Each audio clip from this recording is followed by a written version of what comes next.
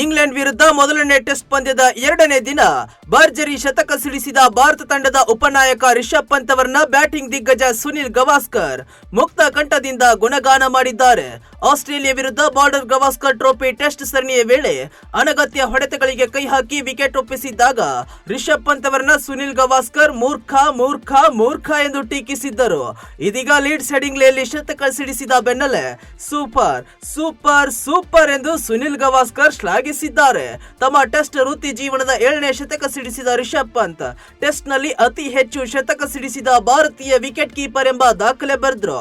ಶನಿವಾರ ಬೆಳಗ್ಗೆ ನಾಯಕ ಶುಭ್ಮನ್ ಗಿಲ್ ಜೊತೆ ಕ್ರೀಸ್ಗೆ ಬಂದ ರಿಷಬ್ ಪಂತ್ ಸ್ಫೋಟಕ ಬ್ಯಾಟಿಂಗ್ ಮಾಡಿದ್ರು.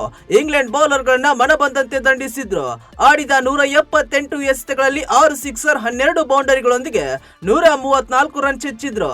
ತಮ್ಮ ವಿಭಿನ್ನ ಶೈಲಿಯ ಹೊಡೆತಗಳಿಂದ ಸಿಕ್ಸರ್ ಬೌಂಡರಿಗಳನ್ನ ಬಾರಿಸುವ ಮೂಲಕ ರಿಷಬ್ ಪಂತ್ ಅಭಿಮಾನಿಗಳನ್ನ ಭರ್ಜರಿಯಾಗಿ ರಂಜಿಸಿದ್ರು.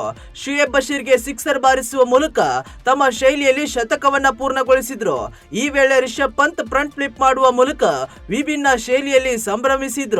ಈ ವೇಳೆ ಕಾಮೆಂಟ್ರಿ ಬಾಕ್ಸ್ ನಲ್ಲಿ ಕುಳಿತಿದ್ದ ಸುನಿಲ್ ಗವಾಸ್ಕರ್, ಹೌದಾ ಸೂಪರ್ ಸೂಪರ್ ಸೂಪರ್, ನಿಸ್ಸಂಶಯವಾಗಿ ಯಂಗ್ ಬ್ಯಾಟ್ಸ್ಮನ್ ನಿಂದ ಭಯಾನಕ ಬ್ಯಾಟಿಂಗ್ ಎಂದು ರಿಷಬ್ ಪಂತ್ ಬಗ್ಗೆ ಗುಣಗಾನ ಮಾಡಿದ್ರು.